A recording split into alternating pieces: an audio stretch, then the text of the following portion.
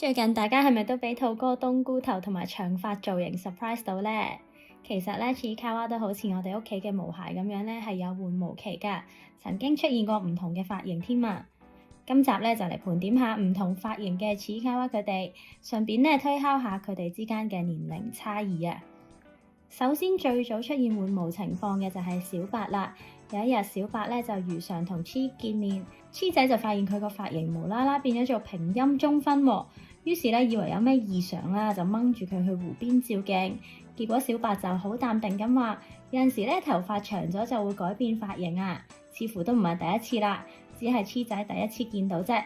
的確咧，呢篇漫畫咧係2021年嘅10月23號發布嘅，而2020年嘅5月，小白先同黐仔第一次見面，所以黐仔未見過小白毛量有轉變咧，都係好正常嘅。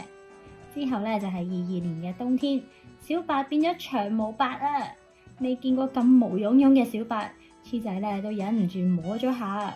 我都好想摸啊！跟住咧飛鼠都變埋長毛版本，毛茸茸咁樣經過。咁但係當然同飛鼠唔係咁 friend 嘅黐咧，就淨係離遠觀察，就冇行埋過去摸佢啦。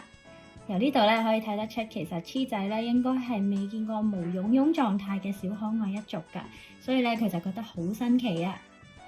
之後咧就出現咗亞種篇啦，就係兔哥咧因為俾魷魚服纏住對耳仔，搞到耳仔被拉長，變成咗垂耳兔。呢個時候咧，啱啱好小白咧又變咗做平陰中分頭，所以咧兔同埋小白都有特別嘅髮型，得黐仔係冇啊。於是黐仔有少少介意自己嘅唔合群啊，所以咧就將自己有頭頂嗰條毛好努力咁樣揪起，於是咧就出現咗超可愛嘅亞種三人組啦。順便説明下啦，亞種嘅意思咧其實係基於原角色所創造嘅唔同版本。似卡哇佢哋咧，即使係亞種版本，都真係無減佢哋嘅可愛啊！呢個時候咧，其實黐仔同埋兔咧都係未經歷過換毛或者係頭髮變長嘅階段，反而係小白咧喺幾個月之後又出現咗新髮型，就係完完全全嘅平陰啊！今次咧黐仔就冇大驚小怪啦，反而係小白自己第一次見到呢個髮型喎。目前呢幾個小白嘅造型，大家又最中意邊款呢？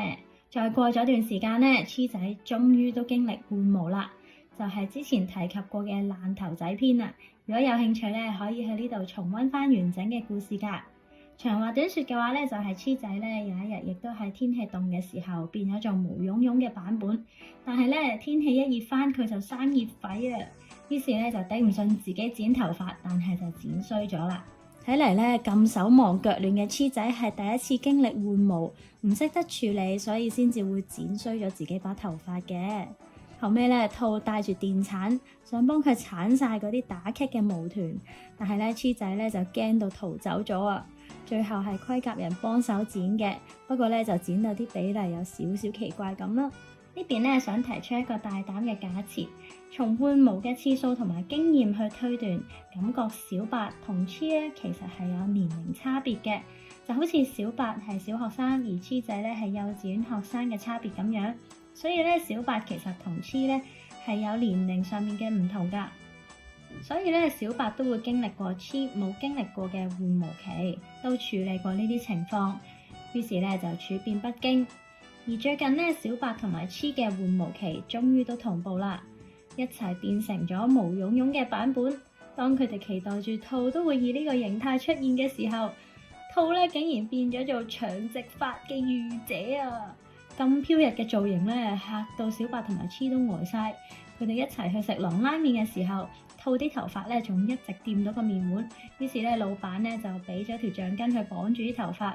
解鎖埋馬尾造型嘅兔啊！不過福利仲未完啊！兔咧就叫小白幫自己剪頭髮，佢淡定嘅程度咧，同之前黐仔唔放心俾佢哋剪嗰個樣形成咗好大對比啊！結果剪完之後咧，就變咗金太郎同款髮型，但係咧兔似乎完全冇不滿啦，反而咧仲好興奮咁樣大叫，反而係小白咧佢好似有少少心虛咁啊！一次過解鎖咗3個兔哥嘅新髮型，唔知你哋最中意邊個呢？呢邊咧，我自己嘅推論就係兔其實可能都經歷過換毛，因為咧自備咗電鏟嘅佢睇落似係有經驗之人啦。不過咧，或者係第一次將頭髮留到咁長，所以唔知道會咁唔方便，於是咧阻礙自己食嘢嘅嘢，通通都要剪晒佢啊！睇嚟咧，或者兔同埋小白嘅年紀都係比黐大少少，所以好多嘢都係佢哋帶住黐仔去做啊，或者帶住黐仔去新嘅地方，亦都比起黐仔咧更加有經驗去處理唔同嘅情況。反而咧，黐仔好似一隻家養嘅小寵物咁啊，屋企咧就精緻到又有鏡啊，又有指甲鉗等等。雖然咧感覺佢好識照顧自己啊，但係咧遇到未遇過嘅事都係會好慌張嘅。不過咧，因為神秘嘅兔哥根本就係一個天才，一出世就識行路嗰種啊，所以咧都有機會係咧佢生存咗一日，等於人哋生存一年嘅。咁大家又點睇佢哋之間嘅真實年齡呢？